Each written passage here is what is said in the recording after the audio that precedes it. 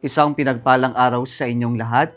Tayo po'y magninilay sa salita ng Diyos, ang pinagmumulan ng awa ng ating buhay, ang salitawa. Today, my dear brothers and sisters, both our readings today mention the name of Naaman. We will get our lesson from the story of this person.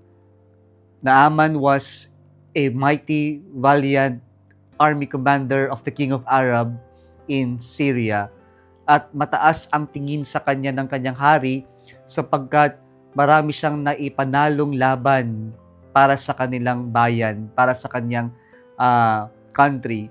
Kaya po, ninerespeto talaga siya ng kanyang hari. Si Naaman ay may sakit sa kanyang balat na mention na siya ay kitongin, a leper.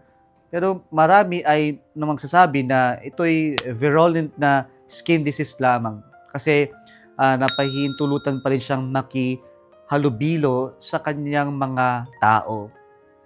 At yung pong daan niya ng kagalingan ay nagmula sa isang slave na babae, a young woman who informed Naaman that he knew a prophet in her place who can actually heal him from his leprosy. Pero mataas ang tingin ni Naaman sa kanyang sarili. Sa umpisa, siya ay mapagmataas. Mataas ang kanyang tingin sa sarili na ayaw niyang pumunta. Pero noong pinahintulutan siya ng kanyang hari, dala-dala niya yung kanyang maangas na dating, yung kanyang kayamanan, na para bang ang dating ay kaya niyang bilhin o nabibili ng pera yung kanyang kagalingan. Pero nang nagpunta siya doon, na-disappoint siya kasi hindi siya sinipot, hindi nakipagkita sa kanya yung propeta na si Elisha, kundi sinabihan lang ng instruction na siya'y lumublob ng 7 times doon sa river ng Jordan, sa maputik na river. At ang reaction ni Naaman, bakit ako pupunta doon? Mas maganda naman yung aming mga rivers sa Damascus. Bakit hindi na lang doon? Pero paalala sa kanya ng kanyang mga alagad, wala namang mawawala kung susundin mo itong mga napakasimpleng pinapagawa. At the end, ibinaba ni Naaman yung kanyang pride. Siya'y lumublob ng 7 times sa River Jordan at doon siya'y napagaling. At ito yung kanyang realization.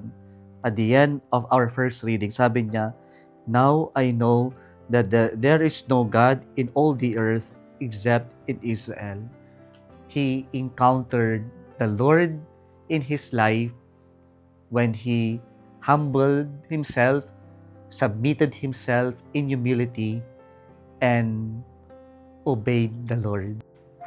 Sa ating ebanghelyo, ginamit ito ng ating Panginoon para ipaalala na maraming na-miss ang kanyang mga kababayan sapagkat mapagmataas sila na ayaw nilang sumunod sa Panginoon, kaya hindi nila nakita na ang Panginoong Hesukristo na nasa harapan nila ay ang tunay na Diyos, ang anak ng Diyos.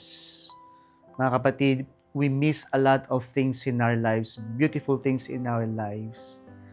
If we are too proud of ourselves, kapag po mataas lang at nakatingin lang tayo sa sarili natin at hindi na natin makita yung mga napakadaming magagandang ginagawa ng Diyos sa buhay natin. Let us learn the value of obedience and submission to the will of God, and for sure, we would see a lot of things, beautiful things in our lives. Kung nagustuhan mo ang video na ito, huwag kalimutang mag-like, i-share at mag-subscribe sa Salitawa Facebook page and YouTube channel. Muli isang pinagpalang araw sa inyong lahat.